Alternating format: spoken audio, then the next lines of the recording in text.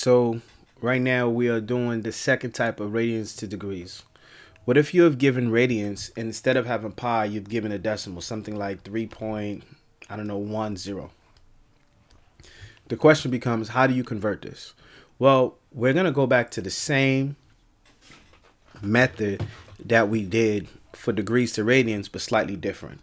I'm going to start out with pi over 180, and then it's going to be equal to. Now, here's the difference. We've been given a new amount of radians.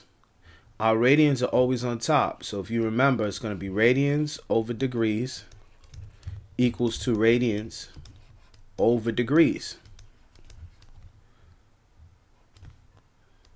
So with that being said, right, then that means that a new amount of radians is what we have to write up top.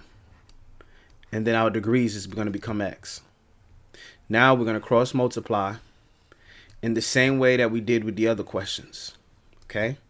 Now we're going to get 180 times 3.10 equals to pi x. Okay. Then let's just multiply that out so far, see what we get. So just jump to my calculator and I'm going to do 180 times 3.10 and I'm going to get 558 equals to pi x. And if we're solving for x, then the last step is to just divide by pi. This is where it changes a little bit. We know this cancels out to give me a 1 and we're left with x. But 558 over pi, you want to do in your calculator. And you actually want to use the pi. So in our class, we use the TI-84. So you know that pi is going to be above the to the button. So you should see your to the button, which is really called a caret. And it's there for your exponents.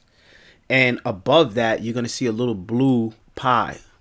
To access that blue pi symbol, on the upper left-hand corner, make sure you press second first, and then you press this button. So what you're going to do for our final answer is you're going to do 558 in your calculator, divided by, then you're going to press second so that you can access the pi, and then you're going to press the caret button so that you can get the pi. And what the calculator is going to do is 558 divided by pi to give us our final answer in degrees. So what would that final answer look like? 558 divided by second function pi, enter, and I'm going to get 177.6. So that's going to give me 178 if I round to the nearest degree. Okay. So that's the general gist of it. I think we'll do one more example in the next video. And then I'll give you a worksheet that you can practice to prepare for tomorrow. Okay? See you in the next video.